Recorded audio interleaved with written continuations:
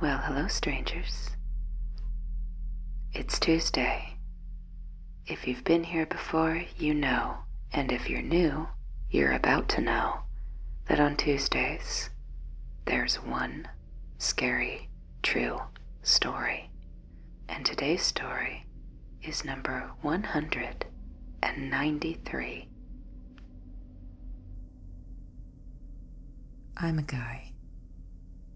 I was in my early teens, maybe 15 or so, living in Iowa. The state gets a lot of snow. I never minded that though. The cold was preferable to me a lot more than the summer heat. You can always put more on, but you can't always take more off, at least not without getting arrested. And there's something sort of magic about the first big snow. If you're not from a place that gets our kind of snow, which can be a foot overnight sometimes, you probably don't know how loud things are, even at night. By contrast, a thick pile of snow sort of dampens all the little sounds you aren't aware are there until they're not. Everything is muted on the night of a big snow. I used to go out on walks when it'd happen, just to sort of enjoy the end of the world feeling. Seeing my neighborhood, all the house lights out, only lit up by streetlights, and often I was the only person there to see it. I'd play a game like I was the last person left in the world. I was walking through suburbs, watching things like public utilities gutter and die, as the people who'd invisibly held the threads of society together, like streetlights, weren't manning posts. Automated systems ran out of fuel or out of pre-recorded activity. Everything was silencing, slowing, dying. Call me morbid, but that used to be my favorite thing. Used to be. The one night in question was a school night, or it would have been if not for the, even for us, unprecedented snow. I was eager to get out and wander the wastes. School had been rough, and I didn't make the basketball team I'd tried out for. I needed a moment to savor the quiet. I wanted to feel the pierce of cold needling my face to replace the cold feeling of failure I had in my heart about it. So I set off. Walking in knee-high snow makes you slow down. That was part of it. You're not rushing anywhere in that kind of snow, and it sort of mutes you too. All you hear is your own breath and the crush of snow crystals under your feet. I had my usual circuit around the neighborhood, and at first, nothing was out of the ordinary. The streets were silent, hushed. The snow still fell and caught in the streetlights, floating. But as I rounded the corner, a corner that I had rounded 1,000 times before, as though I had physically tripped, I felt something. Something different. Something not dozing or dead. I had the overwhelming knowledge, not suspicion, but bolt of realization that something, that someone was watching me. I looked around, figuring I'd see somebody out preemptively shoveling their walk, even though I knew that was unlikely. Like I said, it was quiet, and aside from my own breath, I heard nothing. But it was there. Someone, something, had its eyes locked on me. I just knew. I went so far as to turn around, take a few steps back the way I'd come, scanning the streets, looking for any movement. Nothing. Absolutely nothing. That is, until a clump of snow grew just heavy enough to fall off the rim of one of those standalone basketball hoops in one of the driveways. It felt like a rim shot after a bad joke. I immediately remembered my failure on the courts, and that, plus the assurance I'd had in looking around, solidified that I was just in my own head about things. It took me another couple of streets to really come to terms with the fact that I was never going to be a Michael Jordan. And in my wandering, I somehow returned back the way I'd come, to the same street. By then, I'd re-immersed in my little last man alive scenario. And the surprise came at me so sudden, it almost sucked my breath out. That feeling, the second I turned back onto that street, the feeling was back. I was being looked at. I was being stared at. I was being watched. But by who? By what? This time I made a show of peeking, of really looking at the parked cars. Even if I didn't see a silhouette, if they ducked down, surely I'd see the condensation of their breath on the windows. At this point, it was freezing cold. No way you'd be able to hide that. But there was nothing. The windows of all the cars I could see were crystal clear, not even a hint of the condensation of breath. So, a window then. I started scoping out the houses. There was a house on the corner with Venetian blinds, and the longer I looked at it, the more my eyes started playing that trick, insinuating more or less dark space between the slats. My brain insisting they were there, they were watching me from there. It felt right. And it almost was. I knew it might look creepy, but at this point I didn't care. The feeling of being stared at so intently was unnerving. So much so that I finally pulled out my cell phone and turned the camera on, using its frame to zoom in on the window, seeing if it was my eyes playing tricks on me, or if someone truly was watching me.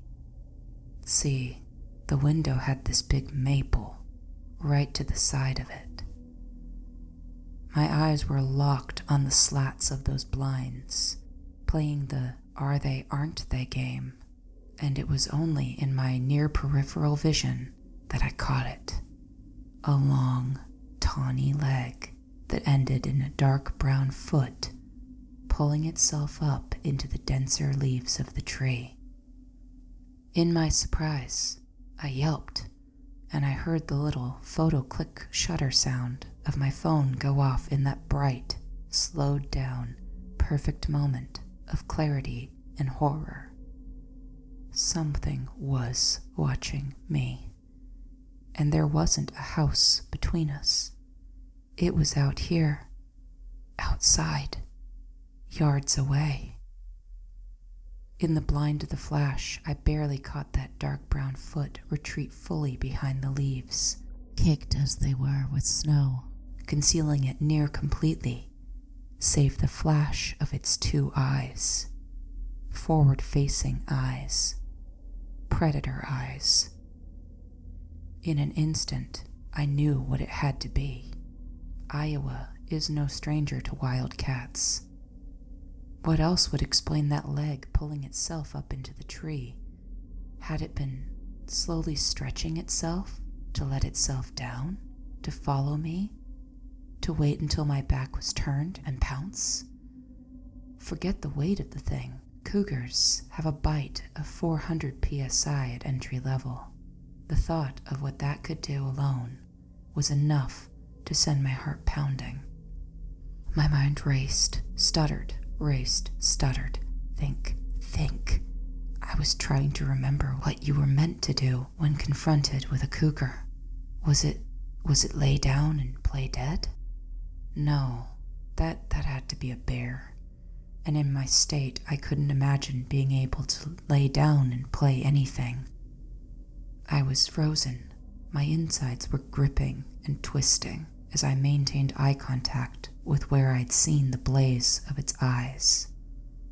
Was it to run? God, I wanted to run. Far, far away from this nightmare. But I knew that couldn't be right.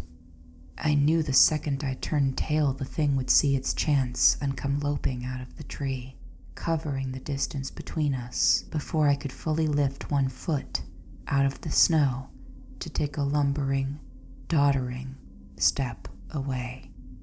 Deep down, my memory took the monotonously calm voice of my life sciences teacher. In his deadpan drone, I heard my own limbs commanded. Back, away, give it room. Back, away, but slowly. Don't startle it. No sudden moves, and it will stay put. And my limbs, frozen in fear, did start to move. I still couldn't see the cat. I was still staring into the dark of the leaves where I thought it was. I retreated, my eyes peeled, locked onto where I'd seen that leg pull up, retreat like a kid pulling his foot back up under the covers. It was hard going in the snow like it was to back up, and I was terrified of stumbling, falling. I knew if I did, the thing would be out of the tree and upon me in a flash. I think that's the only reason I was able to stay slow, slow, slow, as I backed away. I didn't see any movement from the tree, but as sure as I'd felt it twice before, I knew it was there, and I knew it was still watching me. It felt like hours, but was probably the space of 10 minutes to back away, back around the corner, and out of sightline to the tree. I paused, waiting, my ears now as peeled as my eyes had been. I couldn't see it, but maybe I'd hear it. The crunch, crunch, the rapid advance. But I heard nothing. I pulled in a shaky breath, and the cold seemed to snap me away from the frozen terror I'd been in. I felt the twisted clench inside of me let go. It took everything in me to not turn and run. Somehow, just as I knew I was listening for it, I knew it was listening for me. And if it heard the tempo of my footsteps speed up, the chase would be on. I made it back home. I'd love to say that I wasn't looking over my shoulder every 5 seconds, but that would be a lie. When I came in, my mom was still up watching something on TV. I went to her so fast, she barely had time to get mad at me for not first taking off my coat for the fact that I was dropping melted snow on the carpet. But when I told her what I'd seen, she got serious real quick. She insisted on calling the police department. Again, some of the bigger cats, like lynxes, are known and near native to Iowa. Cougars, however, less so. If one was on the prowl and willing to stalk a near full-grown 18-year-old, the chances of it making off with somebody's prized pet, or kid, well, better to let the authorities know. While she was on the phone, the cops were asking if I'd gotten a good look, and I remembered my phone had gone off. I felt my mom looking over my shoulder as I lifted my phone, unlocked it, and navigated to my photos, then clicked the last one in the roll. In that moment, the full-on clench in my stomach was so hard I thought I was going to lose it all over the floor. The flash on my phone had lit up the tree and all the details of that leg, a leg that I had taken for tawny tan fur fading into brown. My camera's unforgiving flash had illuminated no fur, but skin. It was a human leg, the brown that I had taken for that sort of backwards joint on a cat's leg being the heel of a human foot. And what really sealed the deal was the eyes visible peeking, peering through the leaves. Animal eyes flash white. These flashed red. Damn good thing my mom had the cops on the phone after all. Something was lurking around outside. Not a wild animal, but just as unpredictable and likely dangerous.